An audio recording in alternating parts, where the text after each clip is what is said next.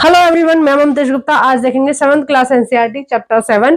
और ये जो चैप्टर 7 है, जो 2023 में जो बुक है, जो चेंज हुई है, थोड़े से चैप्टर चेंज हो गए हैं 2023 की बुक में। ठीक है, अगर आपके पास 2023 से पुरानी बुक है तो उस बुक में इस चैप्टर का नाम है 9 चैप्टर है। ठीक है, उस जो 2023 से पहले वाली बुक है उसमें ये 9 चैप्टर है। और अगर आपके पास नई बुक है 2023 में ही पब्लिश हुई है तो उसमें ये चैप्टर का नाम होगा 7। ठीक है, बाकी चैप्टर में अंदर बिल्कुल सेम है, सारी चीज सेम है, कुछ बहुत ज्यादा चेंजेस नहीं है, लेकिन बस नंबरिंग का चेंज है, क्योंकि 7 और 8 चैप्टर पूरी तरह से एनसीईआरटी ने काट दिए हैं।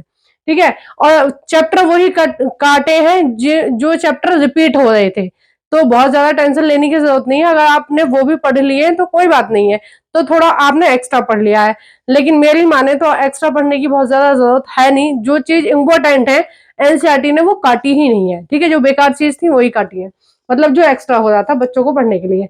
अब देखिए चैप्टर का नाम क्या है, क्षेत्रीय संस्कृतियों का निर्माण, यानी कि क्षेत्रीय संस्कृतियों का निर्माण कैसे हुआ। ठीक है, तो पहला आप जानिए कि संस्कृति क्या होती है ना, फिर हम बताएंगे कि क्षेत्रीय संस्कृति क्या होती है। पहला आप जानिए संस्कृति क्या होती है। अब देखिए, अगर हमारा जो देश है, हमारे देश में बहुत सारे राज्य हैं। ठीक है, और हर राज्य की एक अलग संस्कृति है। अगर आपको आपने जो छोटी क्लास की अगर एनसीईआरटी पढ़ी होगी तो उसमें आपने देखा होगा कि कश्मीर के लोग अलग तरह के कपड़े पहनते हैं, अलग तरह का डांस होता है ना। हिमाचल के लोग अलग तरह के कपड़े पहनते हैं, वो लोग टोप लगाते हैं। ठीक है, जो पहाड़ी लोग होते हैं। राजस्थान के लोग अलग कपड़े पहनते हैं, घाघरा पहनती हैं महिलाएं, और मतलब दुपट्टा ऐसे डालती हैं। ये जो घाघरा चुन्नी है और ये सारी जो चीजें हैं ये राजस्थान से आई हैं। गुजरात के लोग अलग कपड़े पहनते हैं, यूपी के लोग अलग कपड़े पहनते हैं। यूपी में ज्यादातर लोग साड़ी पहनते हैं, हरियाणा में ज्यादातर सूट पहने जाते हैं। मतलब साड़ी तो वहां बहुत कम शादी वादी में ही पहनते हैं, शादी पार्टी में ही। जो मेन कपड़े हैं उनके वहां के सलवार सूट है, या फिर वो अलग तरह के कपड़े होते हैं। एक घाघरा होता है, ऊपर से वो कमीज पहनती है वहां की महिलाएं। अगर आपने हरियाणवी गानों में देखा होगा तो इस तरह के वो कपड़े पहनती हैं, सर पे दुपट्टा रखती हैं। तो मेरे कहने का मतलब है कि किसी भी संस्कृति का हम कैसे पहचानेंगे कि ये वहां की संस्कृति है, यानी कि वहां के लोगों का पहनावा, वहां के लोगों की भाषा, वहां के लोगों का नृत्य मतलब डांस, वहां के लोगों के गाना गाने का तरीका, वहां के लोगों का जो रीति रिवाज है उनका। तो सारी चीज जो सारी चीजें ये प्रतीक है संस्कृति का। ठीक है, अब जैसे मैंने आपको बताया ना, हमारे देश में बहुत सारे स्टेट हैं और हर स्टेट में अलग अलग तरह की भाषा है, अलग अलग तरह के डांस है, अलग अलग तरह के सारी चीजें। अगर मैं आपके सामने किसी 3 व्यक्तियों को खड़ा कर दूं जो अलग अलग स्टेट के हैं और वो अपने स्टेट के हिसाब से कपड़े पहन के आए, तो आप देखकर बता देंगे कि ये यूपी का है क्योंकि इसने इस तरह से कपड़े पहन रखे हैं, और ये हरियाणा की है, और ये राजस्थान की है। मतलब सबके कपड़े अलग अलग होते हैं, सबकी लैंग्वेज अलग अलग होती है। तो ये क्या है, ये एक क्षेत्रीय भाषा हो गई या क्षेत्रीय संस्कृति हो गई। मतलब क्षेत्रीय संस्कृति का मतलब है जिस क्षेत्र विशेष में लोग रह रहे हैं उन लोगों के खाने का, पीने का, उठने बैठने का, हर चीज का जो तरीका है वो उनकी वहां की संस्कृति हो गई। ठीक है, हमारे देश में जो साउथ इंडिया है वहां पर इडली सांभर, और देखो कपड़े भी अलग तरह के पहनते हैं। वो लुंगी जैसी बांधते हैं वहां के लोग, है ना। पैंट शर्ट नहीं पहनते हैं, वहां के जो लोकल लोग हैं वो पैंट शर्ट नहीं पहनते हैं, वो लुंगी बांधते हैं। नीचे क्या बोलते हैं पता नहीं, मैंने तो ऐसे ही सुना है कि उसको लुंगी बोलते हैं। ऊपर कुछ कुर्ता टाइप का कुछ ऐसा पहनते हैं। तो इस तरह के वहां पे कपड़े होते हैं। वहां के खाने में ज्यादातर नारियल से चीजें बनी होती है, नारियल की चटनी है, नारियल पानी है, ये सब का है, साउथ इंडिया का है। तो मेरे कहने का मतलब है कि क्षेत्रीय संस्कृति क्या होती है, किसी एक क्षेत्र विशेष में लोगों के खाने पीने का तरीका, पहनने ओढ़ने का तरीका, वहां के डांस करने का तरीका, वहां के गाने गाने का तरीका और वहां की भाषा, ये सब ये सब किसके चिन्ह है, ये सब संस्कृति के चिन्ह है, और सबकी एक अलग अलग संस्कृति है। ठीक है, और हमारे भारत की क्या खूबसूरती है कि बहुत सारी संस्कृतियां और बहुत सारे लोग मिलकर एक ही देश में एक साथ रह रहे हैं और सबके लिए नियम कानून बराबर है और सब लोग बहुत प्रेम भाव से रह रहे हैं, बल्कि हम लोग एक दूसरे की संस्कृति को एंजॉय करते हैं। जैसे मैं यूपी से हूँ, अभी हाल फिलहाल में दिल्ली में रह रही हूँ, तो मुझे अच्छे लगते हैं हरियाणवी सॉन्ग, जबकि उनकी और मेरी भाषा अलग है। ठीक है, मैं हिंदी बोलती हूँ और वहां के हरियाणवी में हरियाणवी सॉन्ग होते हैं, पंजाबी सॉन्ग होते हैं, तो मैं सारे सॉन्ग सुनती हूँ और अच्छे लगते हैं, मतलब इंजॉय करती हूँ कि वहां की संस्कृति कितनी अच्छी है। राजपूतों की संस्कृति अलग है राजस्थान में, तो वही सारी चीजें हम इस चैप्टर में पढ़ेंगे कि क्षेत्रीय संस्कृतियों का विकास कैसे हुआ। ठीक है, क्षेत्रीय संस्कृतियां कैसे डेवलप हुई, और हम उसमें पढ़ेंगे कि जो मलयालम है वो केरल की है, तो केरल की संस्कृति कैसे डेवलप हुई, मलयालम भाषा कैसे चलन में आई, जगन्नाथ पुरी कहाँ पर है, उड़ीसा में है, तो उड़ीसा की संस्कृति के बारे में जानेंगे और राजस्थान की संस्कृति के बारे में जानेंगे। और उसके बाद हम कथक, जो कथक आज जो डांस है, शास्त्रीय नृत्य है, उसकी शुरुआत कहां से हुई और वो कैसे चलन में आया। ठीक है, वो कैसे अपने अस्तित्व में आया, ये सारी चीजें हम इस चैप्टर में देखेंगे। ठीक है, तो अब हम शुरू कर लेते हैं कि चेर और मलयालम भाषा का विकास, यानी कि चेर जो मलयालम भाषा है उसका विकास कैसे हुआ। तो देखिए, जो केरल की जो भाषा है, जो केरल की क्षेत्रीय भाषा है, वो क्या है, मलयालम है। यानी कि केरल के अंदर क्या बोली जाती है, मलयालम बोली जाती है। और देखो केरल इधर है, अगर आपको मैप में दिख रहा होगा तो केरल इधर है। ठीक है, ये दिख रहा है ना मैप में, ये नीचे वाला क्या है, केरल है। तो यहाँ पर कौन सी भाषा बोली जाती है, यहाँ पर बोली जाती है मलयालम भाषा। अब हमें कैसे पता चला कि वहां पे मलयालम भाषा बोली जाती है, क्योंकि जितने भी वहां शासक थे, उन शासकों ने जो अभिलेख लिखवाए, वो जो लिखवाए हैं वो मलयालम भाषा में लिखवाए हैं। वहां के अभिलेख, वहां के जो ताम्र पत्र मिले हैं, या मतलब जो भी चीजें मिली हैं, लिखावट जो भी चीजें मिली हैं, लिखी हुई ग्रंथ मिले हैं या कुछ भी मिला है, तो गीत मिले हैं, श्लोक मिले हैं, जो भी मिला है, तो वो किस भाषा में लिखे गए, वो मलयालम भाषा में लिखे गए। तो इससे हम अंदाजा लगा सकते हैं कि केरल में हमेशा से ही मलयालम भाषा बोली जाती थी। ठीक है, मतलब बहुत शुरू से ही बोली जाती थी। अब देखिए, एक और दे रखा है, और मैंने बोर्ड पर केवल वो लिखा है जो आपके एग्जाम में पूछा जाता है। ठीक है, जो आपको एग्जाम की दृष्टि से सही है, चाहे आप 7th क्लास में पढ़ रहे हैं, चाहे आप यूपीएससी की तैयारी कर रहे हैं, चाहे आप DSSB की यानी टीजीटी की तैयारी कर रहे हैं, या फिर आप सीटेट की तैयारी कर रहे हैं। तो जो चीज एग्जाम में पूछी जाती है उतना ही मैंने बोर्ड पे लिखा है, क्योंकि पूरी बुक को पढ़ने के लिए तो आपके पास समय होगा, तो आप पढ़ लेना। आपके पास बुक तो होगी, जब आप ये वीडियो देख रहे हैं इसका मतलब आपके पास बुक है। तो अगर आपको एक्स्ट्रा पढ़ना है तो आप अपनी बुक में से पढ़ लेना। ठीक है, अब मैं थोड़ा सा बता देती हूँ। महोदयपुरम चेर राज्य का हिस्सा था। महोदयपुरम कहाँ का हिस्सा था, चेर राज्य का हिस्सा था। और चेर राज्य कहाँ है, जो वर्तमान केरल में है। यानी कि चेर कहाँ के थे, केरल के थे। ठीक है, जो चेर साम्राज्य चल रहा था वो कहाँ चल रहा था, केरल में चल रहा था, और वहां की भाषा क्या थी, मलयालम थी, जिसे 9वीं सदी में स्थापित किया गया था। जो चेर राज्य था वो कौन सी सदी में स्थापित हुआ था, 9वीं सदी में। ये चीज याद रखने की, इन्हें याद रखना। इस इलाके में मलयालम भाषा बोली जाती थी। 14वीं शताब्दी का एक ग्रंथ लीला तिलकम, जो व्याकरण तथा काव्य शास्त्र विषयक है, यानी कि जो लीला तिलकम है वो क्या है, एक व्याकरण, वहां से हमें व्याकरण भी देखने को मिलती है, यानी कि एक तरह से व्याकरण की बुक भी हम उसको मान सकते हैं, और वो क्या है, एक काव्य शास्त्र भी है। ठीक है, अब देखिए, ये जो ग्रंथ है लीला तिलकम, ये किस भाषा में लिखा, ये किस शैली में लिखा गया है। जैसे लिपि होती है ना, जैसे हिंदी की क्या है, देवनागरी लिपि है पंजाबी की जो पंजाबी भाषा है उसकी लिपि क्या है, गुरुमुखी लिपि है। ठीक है, गुजराती की कुछ और है, मतलब सबकी क्या है, अलग अलग है। तो उसी तरह से ये जो लिखा गया है, ये किस शैली में लिखा गया है, ये मणि प्रवालम शैली में लिखा गया है। कौन सी में, मणि प्रवालम शैली में ये लिखा गया है।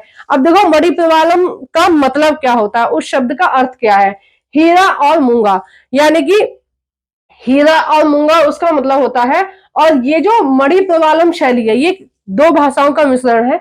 संस्कृत संस्कृत कहाँ की है, वो उत्तर भारत की है।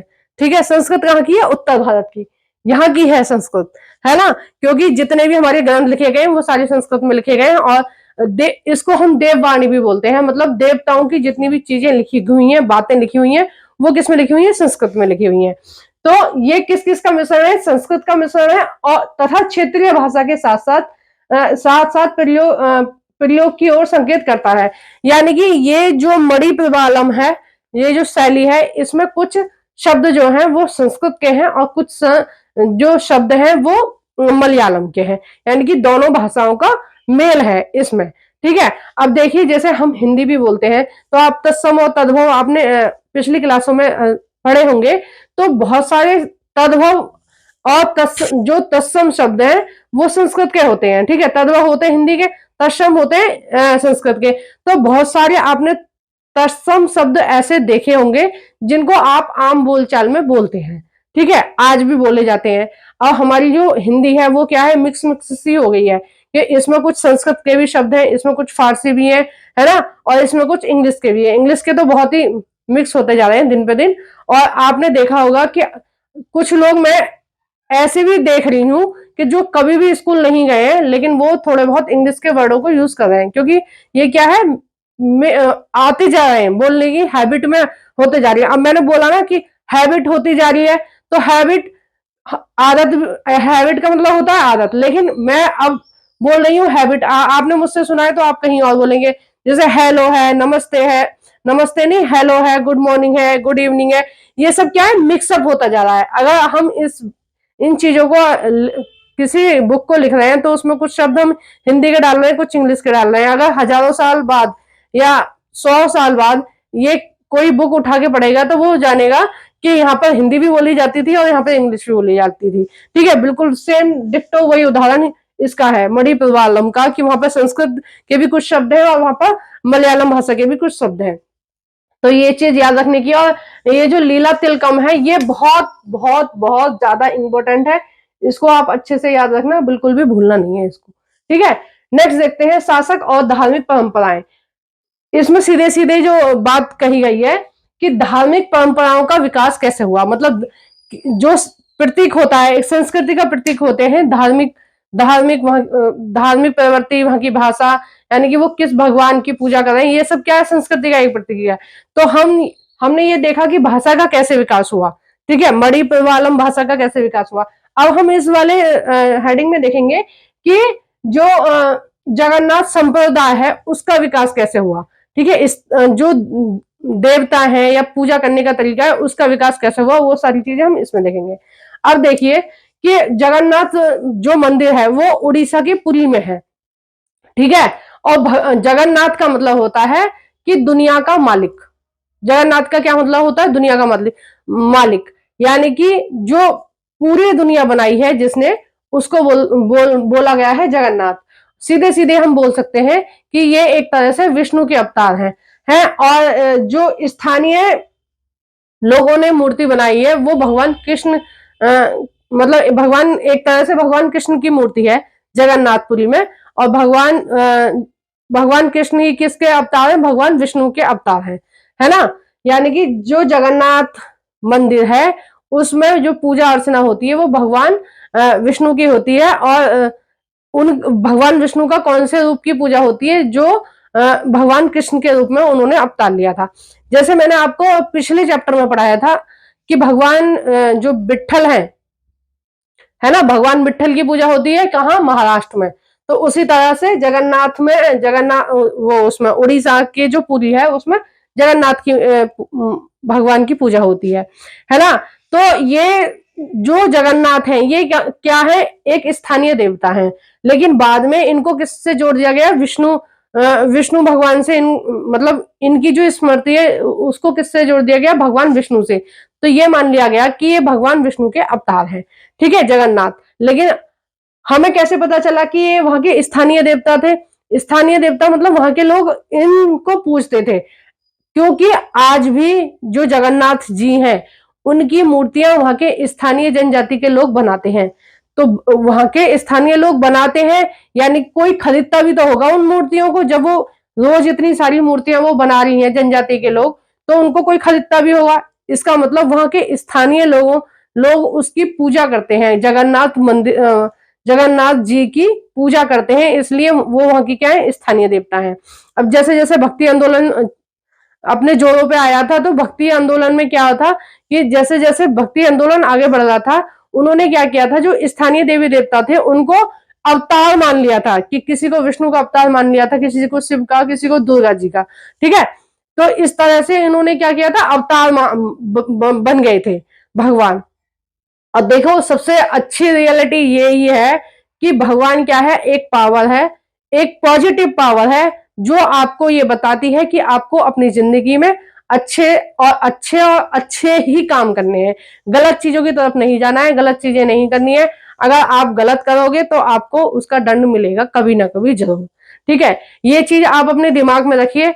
अगर आपको विश्वास नहीं होता है इन भगवान पर या किसी पर, कई लोग होते हैं नास्तिक होते हैं, हमें विश्वास नहीं है, तो मैं उनको ये बताना चाहती हूँ कि आप इतना जरूर माने कि भगवान एक शक्ति है जो सब कुछ देख रहा है। आप कुछ भी गलत मत कीजिए, कुछ भी ऐसा मत कीजिए जो किसी दूसरे प्राणी को आपके कुछ काम करने से दुख हो। आप हमेशा इस तरह के अपने काम करिए, इस तरह के कर्म करिए, इस तरह की वाणी रखिए कि आपको खुद को भी अच्छा लगे और दूसरों को भी अच्छा लगे।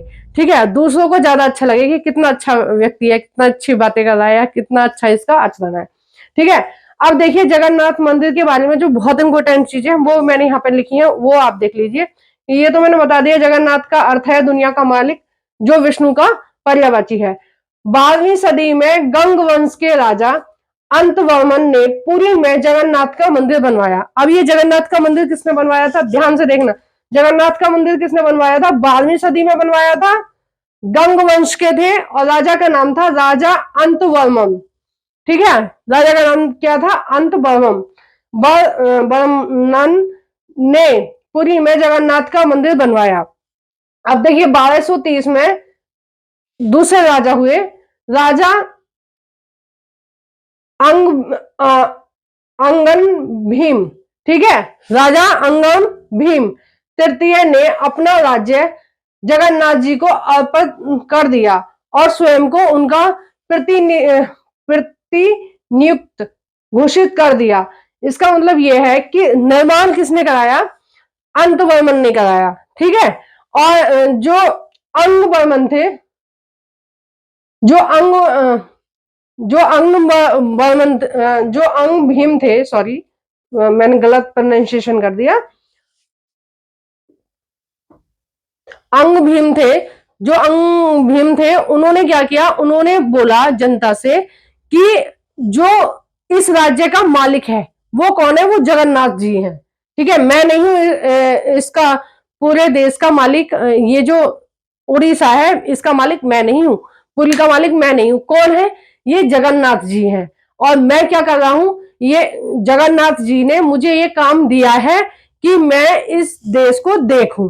ठीक है, तो इससे क्या हुआ कि वहां के लोग वो जगन्नाथ मंदिर के साथ साथ उसके साथ भी, राजा के साथ भी इस तरह से कनेक्ट हो गए, जैसे एक भक्त भगवान के साथ कनेक्ट होता है ना। जो उनकी जो भावना थी वो और भी ज्यादा दृढ़ हो गई, अच्छी हो गई कि हमारा राजा क्या कर रहा है, वो बिल्कुल पूरी तरह से नतमस्तक है, यानी कि पूरी तरह से उसने अपने आप को समर्पण कर दिया जगन्नाथ जी के आगे। ठीक है, तो अब यहाँ पर क्या, जो लोग भी उड़ीसा में उड़ीसा पे कब्जा करने आए वो सभी चाहते थे इस मंदिर को अपने अधीनस्थ करना। जैसे मुगल थे, मराठे थे, अंग्रेज थे, तो इन सब का क्या था कि अगर हमें उड़ीसा में शासन करना है, यानी कि अगर हमें पुरी में शासन करना है, तो हमें क्या करना पड़ेगा, इस मंदिर को अपने अधिकार क्षेत्र में लेना पड़ेगा। क्योंकि जो शासन चल रहा था, पुरी का जो शासन चल रहा था वो कहां से चल रहा था, वो जगन्नाथ मंदिर से चल रहा था। ठीक है, अब इनके बाद जो भी राजा हुए होंगे सबकी भावना यही होंगी कि मालिक कौन है, इस राज्य का मालिक है जगन्नाथ जी, और हम क्या है, हम उनके प्रति नियुक्त हैं, यानी कि उन्होंने हमें नियुक्त किया है जनता की सेवा करने के लिए। ठीक है, तो ये जो मान्यता थी ये चली आई आगे तक, और इसी के कारण मुगलों ने, मराठों ने और अंग्रेजों ने सबने इस मंदिर पर अपना नियंत्रण करने की कोशिश की, क्योंकि ये लोग ये बात समझ गए थे कि जो मंदिर, जिसका नियंत्रण मंदिर पे हो जाएगा उसका नियंत्रण किस पे हो जाएगा, शासन पे हो जाएगा। ठीक है, इसलिए ये लोग उस मंदिर पर नियंत्रण करना चाहते थे। अब आगे हम देखते हैं राजपूत और शूरवीर की परंपराएं, यानी कि राजपूत कहाँ की परंपरा है, ये है राजस्थान की। और राजस्थान कहाँ है, देखो इधर है राजस्थान, ये राजस्थान की परंपरा है। और राजस्थान में अंग्रेज ऐसा बोलते थे, अंग्रेज जो बोलते थे कि जो राजस्थान में लोग रहते हैं वो राजपूत रहते हैं, इसको राजपूताना भी बोलते थे, अंग्रेज बोलते थे इसको, राजस्थान को राजपूताना। लेकिन ऐसा नहीं है कि केवल राजपूत ही रहते थे या वहां पर क्षत्रिय लोग ही रहते थे। राजपूत कौन है, क्षत्रिय है, तो क्षत्रिय लोग ही रहते थे, ऐसा बिल्कुल नहीं है। वहां पे स्थानीय जनजाति आज भी रह रही है, यानी कि कुछ जनजाति ऐसी हैं जो राजपूत नहीं है, लेकिन वो पहले से रह रही है, यानी कि स्थानीय जनजाति रह रही है। इसका मतलब यह है कि राजपूतों के अलावा और भी लोग वहां पर रहते थे। अब देखिए कोई भी स्टेट है, कोई भी स्टेट है, यानी कोई भी राज्य है, उसमें 3 से 4 जनजातियां होती ही होती हैं। तो ऐसा नहीं है कि पूरे राज्य में एक ही भाषा बोली जा रही है। स्टेट की एक अलग भाषा होती है, यानी कि जो कानूनी काम होते हैं या पढ़ने लिखने की जो भाषा होती है वो क्या, वो अलग होती है और स्थानीय भाषा अलग होती है। अब जैसे दिल्ली में हिंदी बोली जाती है, हिंदी में काम होते हैं, लेकिन जो सरकारी विभाग है या प्राइवेट विभाग भी है उसमें क्या है, इंग्लिश में भी काफी सारी चीजें होती हैं, हिंदी में भी काफी सारी चीजें होती हैं। लेकिन वहां के जो गांव के लोग हैं, दिल्ली के जो गांव के लोग हैं, वो एक अलग भाषा बोलते हैं। हिंदी वो जानते हैं, समझते हैं, कई बार हिंदी भी बोल लेते हैं, लेकिन वहां की स्थानीय भाषा कुछ अलग होती है। ठीक है, अब जैसे यूपी की भाषा क्या है, हिंदी है, वहां पर कुछ लोग अवधी भी बोलते हैं यूपी में, कुछ लोग और भी स्थानीय भाषा बोलते हैं, मुजफ्फरनगर के अलग बोलते हैं, अवध के अलग बोलते हैं, मथुरा के अलग बोलते हैं। तो वहां की क्या है, स्थानीय भाषा भी एक अलग है। तो इसी तरह से जो अंग्रेज थे वो ये ऐसा बोलते थे कि यहाँ पर क्या है, राजपूताना लोग रहते हैं, राजपूत लोग रहते हैं, और इसको वो राजपूताना बोलते थे। लेकिन वास्तव में ये नहीं था, वास्तव में यहाँ पर बहुत सारी जनजातियां रहती थी और बहुत सारी उनकी भी भाषा अलग अलग थी। ठीक है, उनके चाल ढाल बोल सारी चीजें अलग अलग थी। और मुझे बहुत खूबसूरत लगती हैं राजपूतों की संस्कृति, उनके बोलने चालने का तरीका, उनके मतलब सारी चीजें मुझे बहुत अच्छी लगती हैं, उनके कपड़े वगैरह में। जैसे अब तो यूट्यूब पर सारी चीज आती हैं, उनके डांस वगैरह देखती हूँ, मुझे बहुत अच्छा लगता है। और ये जो हरियाणा पंजाब, इनसे तो मैं मतलब इनकी वीडियोस तो मैं देख लेती हूँ। मुझे मतलब जो डांस वांस होते हैं ना, उनका बहुत शौक है देखने का। तो मैं ज्यादातर कभी भी मेरे को कुछ मनोरंजन के लिए देखना होता है तो मैं डांस वगैरह ही देखती हूँ। तो पंजाब, हरियाणा, राजस्थान, ठीक है, गुजराती डांस भी बहुत सही लगता है मुझे। और यूपी से तो मैं जुड़ी हुई हूँ, क्योंकि जो मेरे पापा का घर है वो यूपी में है और मेरी शादी यहाँ दिल्ली में हुई है। ठीक है, अब देखो आगे देखते हैं कि 19वीं सदी में ब्रिटिश राजस्थान को राजपूताना कहते थे। राजपूतों का इतिहास स्वाभिमान, मित्रता, प्रेम, शौर्य और क्रोध से भरा हुआ है। राजपूत किसके लिए जाने जाते हैं, अपनी शान के लिए जाने जाते हैं। राजपूत वीर होते थे, वो कभी भी दुश्मन को अपनी पीठ दिखाकर नहीं आते थे। और राजपूत अपनी जो छत्ररानी होती थी, यानी कि अपनी पत्नी, अपनी माँ, अपनी बहन, अपनी पुत्री को वो विशेष सम्मान देते थे, आज भी देते हैं, सम्मान देते थे। देखो ये हमारे पूरे भारत में ये चीज है ही है कि अपनी घर की जो लड़कियां हैं, जो बहू हैं, जो बेटी हैं, उनको जो पुरुष हैं वो ज्यादा सम्मान देते हैं।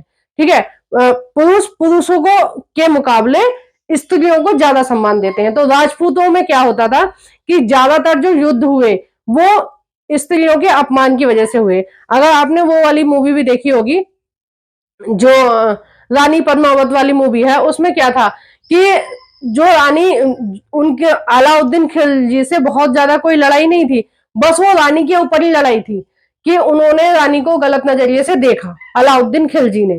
ठीक है, तो इसकी वजह से ही इतना बड़ा युद्ध हुआ और बाद में हार उन राजपूतों की हुई। और बाद में रानी ने क्या किया था, रानी ने सती प्रथा के हिसाब से जौहर किया था। ठीक है, वहां की विधवा सती हो जाती थी अपने पतियों के साथ। क्यों हो जाती थी, वहां की जो स्त्रियां रानियां थी वो सती हो जाती थी, क्योंकि वहां पर क्या हो गया था कि जब ये अंग्रेजों से पहले कौन आए थे? अंग्रेजों से पहले आए थे मुगल। और मुगल लोग क्या करते थे, वही चीज मूवी में दिखाई गई है, आपने मूवी देखी होगी, वही चीज मूवी में दिखाई गई है कि जो मुगल होते थे उनकी, वो अपनी गलत नजर डालते थे राजपूत छत्ररानियों पर या राजपूत के घराने की महिलाओं पर। ठीक है, तो वो इसलिए सोचती थी कि अगर कुरुक्षेत्र में या रणभूमि में हमारे वीर यानी कि उनके पति अगर शहीद हो गए हैं देश के ऊपर, तो वो क्या करती थी, वो एक तरह से जौहर कर लेती थी और उसको सती बोलते थे। बाद में यही परंपरा, एक मिनट,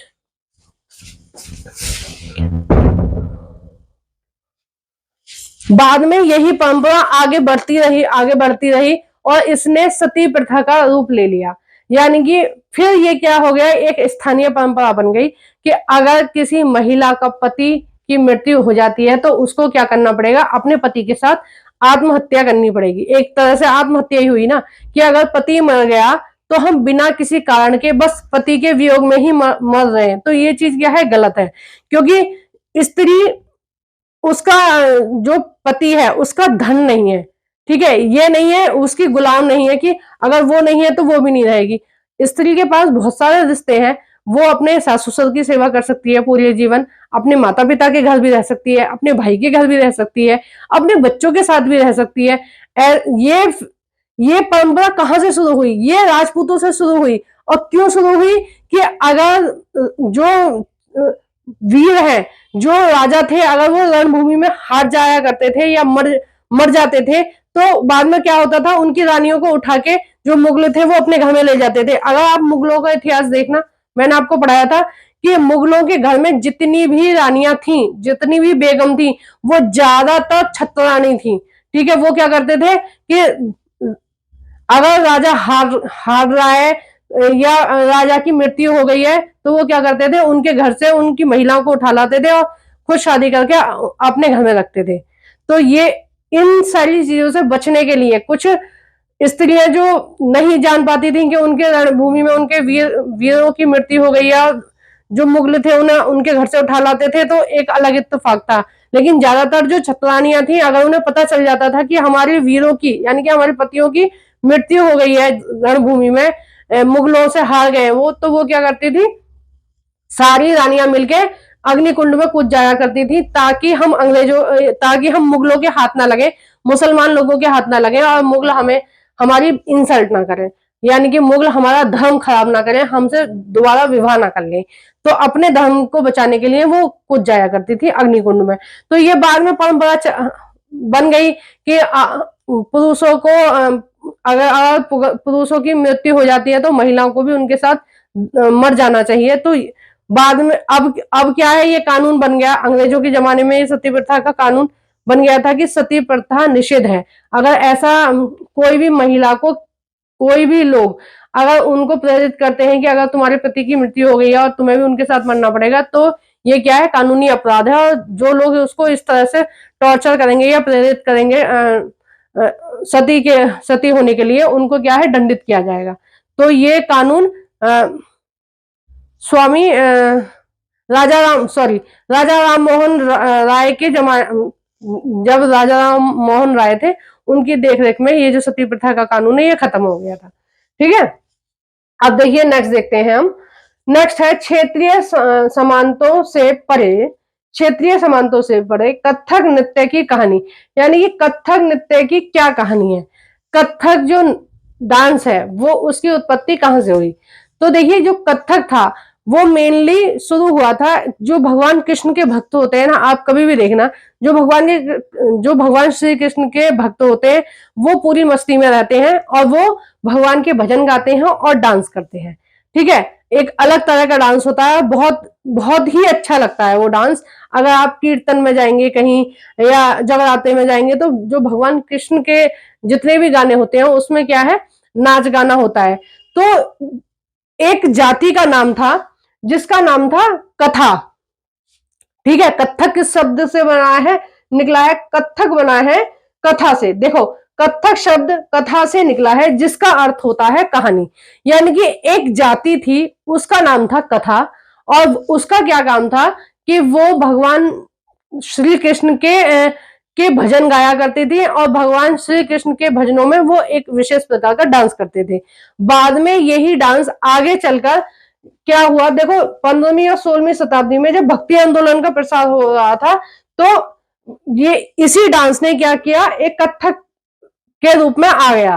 ठीक है, ये कथक एक विशेष शैली के रूप में आया, यानी कि इसका जो जो स्थानीय जनजाति थी, जिस जनजाति का नाम था कथा, ठीक है, वो क्या करते थे, भगवान श्री कृष्ण के भजन गाते थे और नृत्य करते थे। और वो नृत्य ही आगे चल के जो भक्ति आंदोलन आया और लोग बहुत ज्यादा धार्मिक होने लगे, तो वो किसके रूप में आ गया, वो आ गया कथक के रूप में आ गया। अब कथक लोक नृत्य श्री कृष्ण की लीलाओं में किया जाता था। बाद में मुगलों, ये जो कथक नृत्य था ये बाद में कहां पहुंच गया, ये मुगलों के यहाँ पहुंच गया।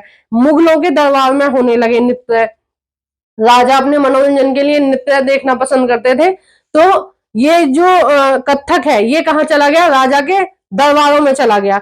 तो ये फिर दूसरे गानों पे डांस होने लगा, लेकिन था ये कथक ही। ठीक है, बाद में ये मुगलों के यहाँ पहुंच गया और मुगलों के यहाँ पहुंचा, उसके बाद ये राजस्थान के दरबारों में पहुंच गया, यानी कि राजपूतों के यहाँ दरबार में पहुंच गया। लखनऊ में पहुंचा, लखनऊ के जो नवाब थे उस समय वाजिद अली, उनके संरक्षण में ये काफी दिन रहा।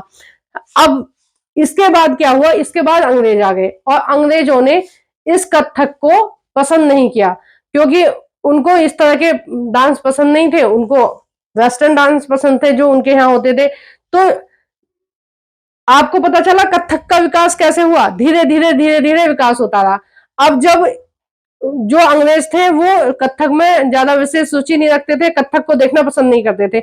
अब कथक क्या हुआ, कथक का क्या हुआ, वो स्थानीय भजनों में प्रयोग होता था, आज भी होता है, स्थानीय भजनों में प्रयोग होता था।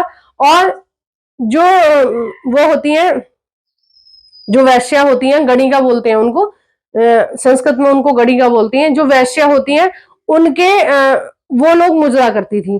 ठीक है, मतलब अंग्रेजों के आने से क्या हुआ, उसकी दो शाखा हो गई। एक तो गणिकाओं के यहाँ, यानी कि जो वैश्या होती थी उनके यहाँ होता था कथक, और एक कहाँ होता था, भगवान के भजनों में होता था या भजन कीर्तन में, इस तरह से होता था। लेकिन जब हमारा देश आजाद हुआ तो दोबारा से जो शास्त्रीय नृत्य है, अब इस कथक के ही कितने सारे रूप हो गए, देखो सब जगह इस कथक के इतने सारे रूप हो गए, है ये सब कथक ही। और इसकी उत्पत्ति कहां से हुई है, भगवान श्री कृष्ण का जन्म कहां हुआ था, यूपी के मथुरा में। ठीक है, देखो इधर की तरफ हुआ था। ठीक है, यूपी के मथुरा में, इधर की तरफ।